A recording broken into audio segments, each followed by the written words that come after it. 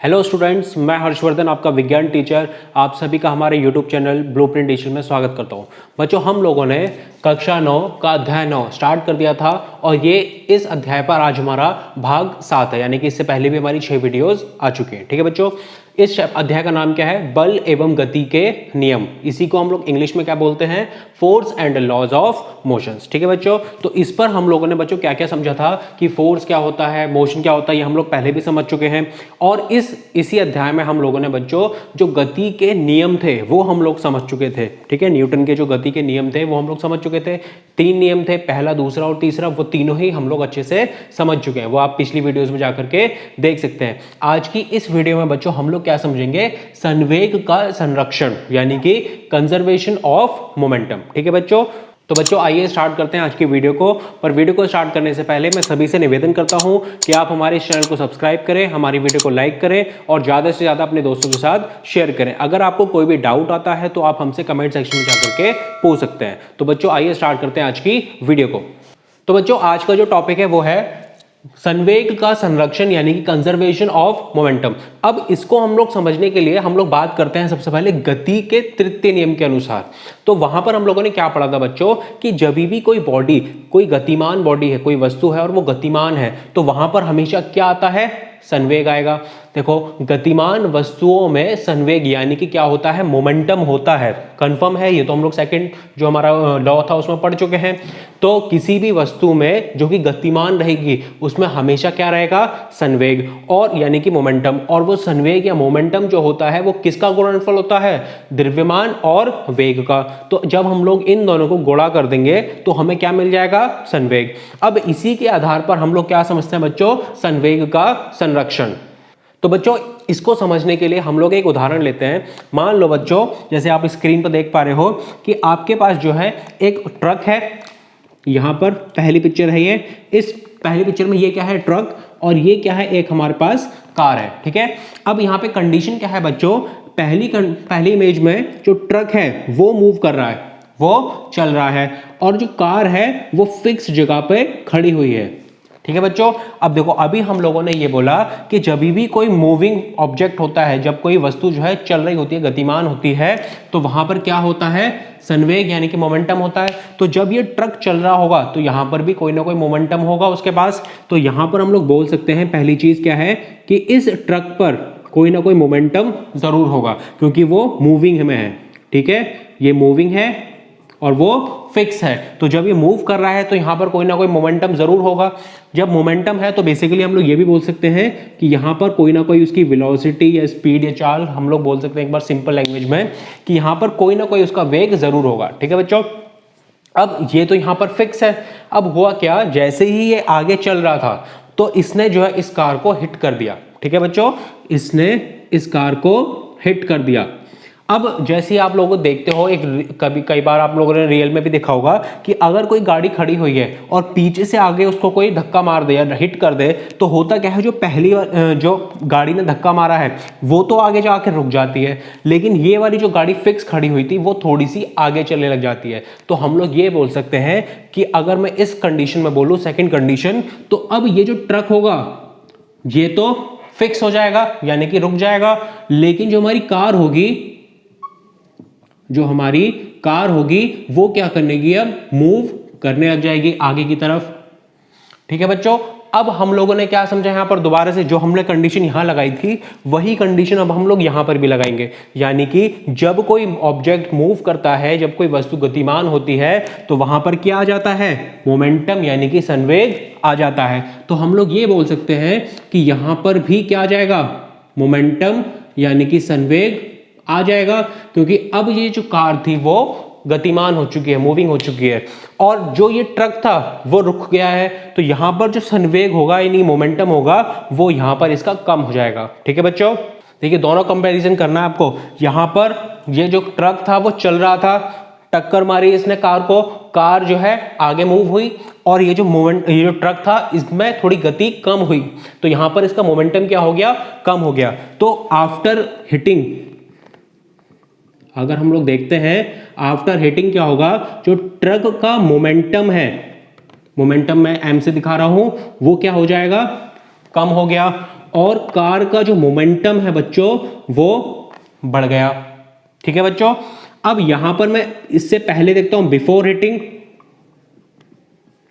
तो यहां पर बच्चों जो ट्रक था, ट्रक के पास तो मोमेंटम था, लेकिन क्या कार के पास था? कार के पास कोई भी मोमेंटम था ही नहीं, क्योंकि वो तो एक फिक्स जगह पर खड़ी हुई थी। ठीक है बच्चों। तो हम लोग ये बोल सकते हैं कि यहां पर जो उसका मोमेंटम था वो पहले ज्यादा था, बाद में हिट करने के बाद उसका मोमेंटम कम हो गया। तो यहां पर बच्चों हुआ क्या है, हम लोग ये बोल सकते हैं कि जब भी दो बॉडी आपस में एक दूसरे के ऊपर कार्य करती हैं तो वहां पर उनका जो मोमेंटम होगा वो बराबर ही रहता है, यानी कि पूरा का पूरा संपूर्ण रहेगा।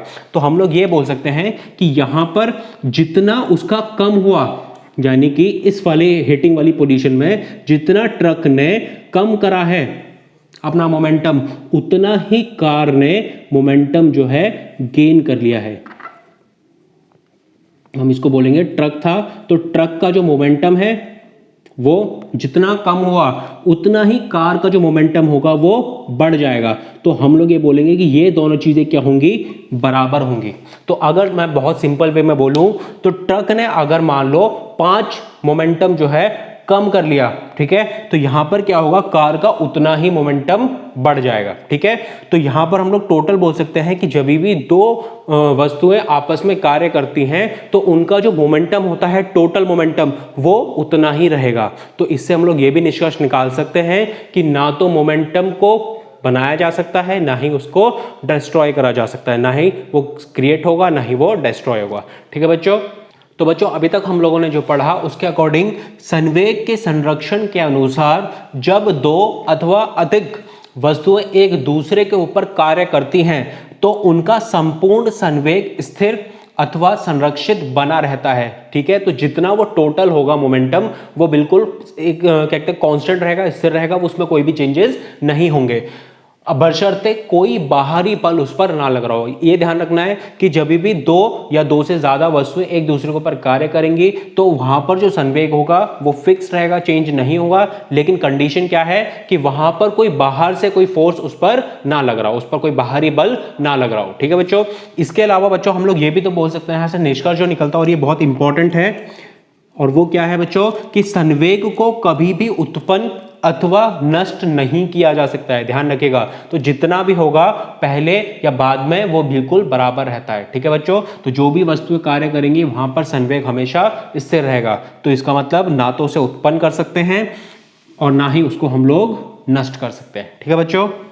अब बच्चों हम लोग संवेग के संरक्षण को एक उदाहरण से समझते हैं और उसका जो पूरा समीकरण होता है उसको हम लोग समझेंगे। ठीक है बच्चों। तो यहां पर हम लोगों ने बच्चों 3 इमेजेस हैं, ए, बी और सी। देखो यहां पर पहले में क्या है बच्चों कि कोई एक ट्रक है और एक कार है, दोनों का जो मास है वो अपना अलग अलग है। इसका मास कितना है, द्रव्यमान कितना है m1, और इसका द्रव्यमान कितना है m2। ये किस वेग से चल रहा है, u1, जो इनिशियल है इसका वो कितना है u1, और इसका कितना है u2। ठीक है बच्चों। अब होता क्या है बच्चों, जब ये लोग एक ही डायरेक्शन में जा रहे हैं, ध्यान रखना है कि दोनों के दोनों जब जा रहे हैं तो वो एक ही दिशा में जा रहे हैं। अब पहले पिक्चर में तो यहां से अगर हम लोग पता करते हैं संवेग जो टोटल निकल कर आएगा वो कितना होगा, m1 u1 plus m2 u2, क्योंकि यहां पर जो ट्रक का संवेग होगा वो क्या होगा, m1 u1, और जो कार का संवेग होगा वो कितना होगा, m2 u2। तो यहां पर अगर हम इस पूरे टोटल का संवेग निकालें संरक्षण का तो कितना होगा, m1 u1 और m2 u2। ठीक है बच्चों। अब हुआ क्या है कि आगे चलकर इन दोनों में टक्कर हो जाती है। ठीक है। तो जैसे इस बी इमेज में आप देख पा रहे हैं दोनों के बीच में कोई भी एक टक्कर हुई, कार जो ट्रक था उसने कार को पीछे से हिट कर दिया। ठीक है बच्चों। अब जैसे ही कार को उसने हिट करा तो बच्चों यहां पर जो दोनों का वेग था वो बदल गया।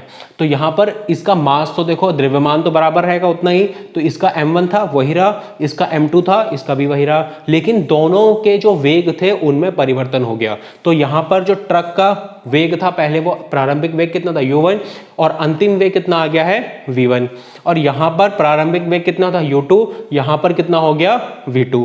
अब हमें पता है कि संवेग हम लोग कैसे निकालते हैं, अगर मैं ट्रक का निकालूंगा तो m1 v1 और कार का निकालूंगा तो m2 v2। तो यहां पर हम लोगों ने कार जो टक्कर हुई उसके बाद का जो संवेग है वो कितना निकला, m1 v1 plus m2 v2। ठीक है बच्चों।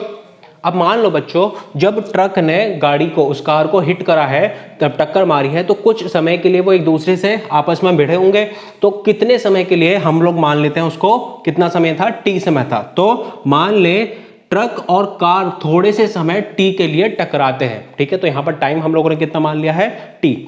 दूसरा पॉइंट क्या कहता है, देखो बच्चों, ट्रक कार के ऊपर बल F1 लगाता है, यानी कि जब दोनों की आपस में टक्कर हुई तो सबसे पहले जो ट्रक था उसने इसको हिट करा पीछे से, तो यहां पर ट्रक ने किसके ऊपर फोर्स लगाया, कार के ऊपर, और उसको हम लोगों ने क्या बोला है, F1। उसी तरीके से जो कार थी उसने भी तो इसके ऊपर कोई ना कोई फोर्स लगाया होगा, तो जो कार ने ट्रक के ऊपर बल लगाया है उसको हम लोगों ने क्या बोला है बच्चों, F2। ध्यान रखिएगा, m क्या था यहाँ पर, द्रव्यमान, u1 क्या है यहाँ पर, प्रारंभिक वेग किसका, ट्रक का, m2 क्या है, कार का द्रव्यमान, और u2 क्या था, कार का वेग। ऐसे ही यहां पर टक्कर के बाद दोनों के दोनों चेंज हो गए, लेकिन वहां पर द्रव्यमान सेम रहा है। और हम लोगों ने यहां पर क्या माना है कि जब टक्कर होती है तो कितने समय के लिए वो एक दूसरे से टकराते हैं, टी समय के लिए। और जब ट्रक ने कार के ऊपर बल लगाया तो उसको बोला है हमने F1, और जो कार ने ट्रक के ऊपर लगाया है उसको हम लोगों ने बोला है F2। क्लियर है बच्चों यहां तक। तो अब हम लोग बात करते हैं कि जब भी हम लोग फोर्स की यानी कि बल की बात करते हैं तो वो क्या होता है बच्चों, द्रव्यमान गुणा त्वरण, ठीक है बच्चों, यानी कि द्रव्यमान m और एक्सेलरेशन यानी कि त्वरण, तो m इंटू a, इसको हम लोग बोल सकते हैं। अब बच्चों अगर हम लोग a देखते हैं तो वो क्या आता है, वेग का जो भी हमें अंतर आ रहा है वो, और बटे जो भी हमें हमने लिया था। तो अगर बच्चों मैं बात करता हूं F1 फोर्स की, यानी कि F1 क्या था, जब कोई ट्रक था वो कार के ऊपर बल लगाता है, तो F1 ने जब कार पर कोई बल लगाया तो वहां पर देखो हुआ क्या, जो कार थी उसके में जो परिवर्तन हुआ है वो कहां हुआ है, उसके वेग में। वेग जो था पहले u2 था और बाद में कितना हो गया, v2। तो हम लोग बोल सकते हैं कि जब F1 कार्य जो बल था उस पर लगा कार पर, तो वहां पर हम लोग जब F1 निकालेंगे तो मास किसका आएगा, कार का, यानी कि m2, और वहां पर चेंज क्या हुआ है, u2 से वो क्या हो गया, v2 बटे t। ठीक है बच्चों, तो ये था प्रारंभिक वेग, ये था अंतिम वेग, और बटे t, और यही क्या होता है हमारा त्वरण। ठीक है बच्चों, उसी तरीके से जब कार ने ट्रक के ऊपर बल लगाया है तो कितना लगाया था, F2। तो जब F2 जब लगा तो यहां पर चेंज किस में हुआ है, ट्रक में। ट्रक का जो पहले प्रारंभिक वेग था u1 वो अब क्या हो गया है, v1। तो हम लोग बोलेंगे कि F2 यानी कि फोर्स जब हम लोग निकालेंगे, बल निकालेंगे, तो वो द्रव्यमान किसका आएगा, ट्रक का, यानी कि m1, और वहां पर जो त्वरण होगा वो क्या हो जाएगा, u1 माइनस v1 बटे t। ठीक है बच्चों। अब बच्चों यहां पर एक समझने वाली बात है क्या, कि जब हम लोगों ने तीसरा नियम पढ़ा था गति का, वो क्या बोलता था कि जब भी कोई एक वस्तु किसी दूसरी वस्तु पर क्रिया करती है तो उसको क्या मिलता है, कोई ना कोई एक रिएक्शन उसको मिलता है। तो हर एक एक्शन का क्या था, एक रिएक्शन मिलता है।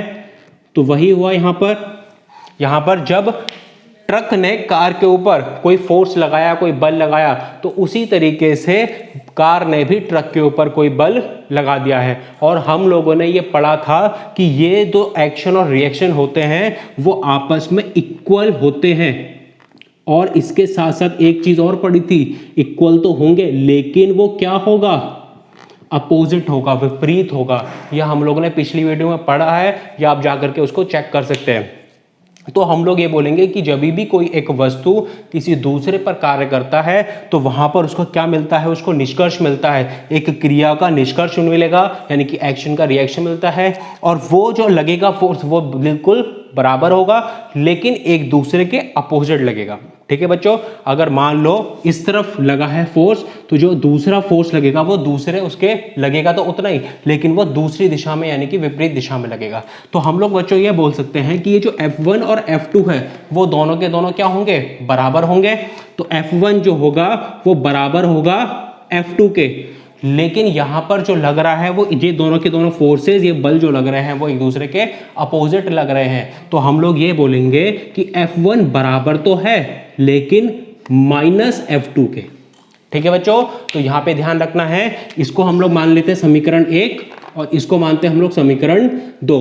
तो हम लोग बोल सकते हैं कि F1 जो होगा वो माइनस में होगा F2 के बराबर। ठीक है, यहाँ पर बच्चों एक थोड़ी सी छोटी सी मिस्टेक हो गई थी, जो हम लोगों ने F1 और F2 निकाला था, वहां पर मैंने U2 माइनस V2 बोल दिया था। यहाँ पर जबकि उल्टा होगा, V2 जो होगा अंतिम वेग माइनस होगा पहले वेग में, प्रारंभिक वेग में से। ऐसे ही यहाँ पर भी चेंज करना, ठीक है बच्चों। तो F1 क्या हो जाएगा हमारा M2 V2 माइनस U2 बटे T, और यहां पर F2 क्या हो जाएगा M1 V1 minus U1 upon T। ठीक है बच्चों, ये हमारी दूसरा समीकरण हो गया।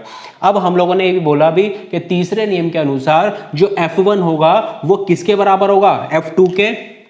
जो F1 है वो किसके बराबर होगा, F2 के, लेकिन वहां पर वो विपरीत दिशा में है, इसलिए हम लोगों ने यहां पर क्या लगा दिया बच्चों, उसके आगे माइनस लगा दिया। ठीक है, तो अब हम लोग दोनों की दोनों जो समीकरण थे उनको यूज करेंगे। तो पहला समीकरण क्या आ गया हमारे पास, यहां से रखेंगे तो F1 की वैल्यू क्या आ गई M2 V2 माइनस U2 बटे T, और यहां पर माइनस, फिर F2 की वैल्यू क्या आ गई M1 V1 माइनस U1 बटे T। अब हमें इसको सॉल्व करना है, तो देखो आगे सॉल्व करेंगे तो सीधा सीधा T कैंसिल हो जाएगा, बचेगा क्या M2 V2 minus U2 equal to minus का M1 V1 माइनस U1।